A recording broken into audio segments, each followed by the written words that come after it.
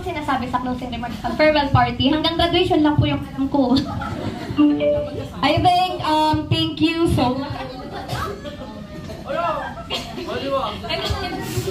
Thank you so much everyone for coming. Sobrang biglaan, as in less than a week lang yung announcement namin. Salamat sa pag-send ng bell. Diba? Kasi may hindi nag-send ng bell. Thank you so much for sending the bell and keeping it a secret to the wolf.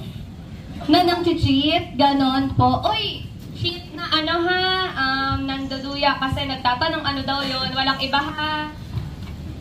Thank you kasi kahit super biglaan lang to, andito kayo and aware tayo na parang ito yung biggest crowd, parang ito yung pinaka maraming attendees so far dun sa mga, compared dun sa mga nakaraang CSE, pero we all know kung ayan na! We all know kung bakit, and maraming nasaraduhan ng form, so hindi ko po yun sinasadya. Kasi tingnan nyo, 70, ito yung max nila. Diba? Hindi na nga natin alam kung paano natin pagkakasya yung sarili natin. Pero, beyond the 70 na to, diba, alam naman natin na kahit hindi nakaabot sa registration yung iba, alam naman ni JL kung ano yung gustong sabihin ng lahat. And, ayoko na ikaw na. Pag umiyak isang bakit? Nakakaling ko lang ng ano kagabi, wala nang ganyan. Isang bakit yung chicken? Ano ba? Hindi ko na siya alam. I think sobrang thank you. Kasi nandito kayo lahat and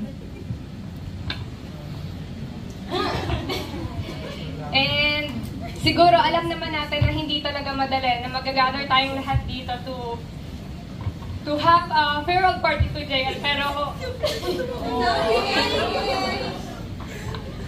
may t-shirt kayo dyan. and diba, just like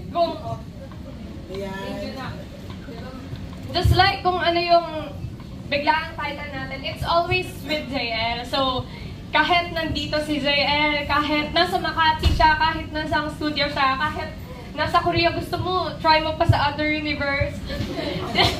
We're always with you by heart. Kasi our love will stay in your heart, diba? And of course, we'll pray for JL talaga. Diba? Buboto kayo, diba? Yay! Yes, kayo bumoto ng kalaban ni JL Dasalan ko yung pangalan niya.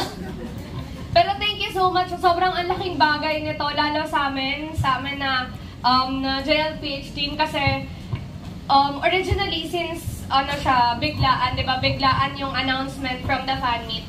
Hindi rin namin talaga sure kung mapupul namin yung farewell party kasi hindi namin alam kung kailan talaga free si JL. So, we need to coordinate kami ng bongga sa management to check kung ano yung okay na date. And syempre Sunday to, tapos gabi pa. Kinabahan kami kasi sabi namin baka maraming mag-back out kasi nga syempre, di ba, may pasok bukas.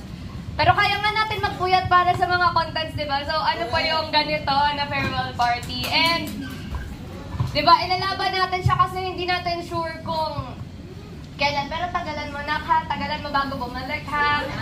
Tagalan mo bago bumalik, okay lang. Like, diba sanay tayo maghintay? Yeah! Oo.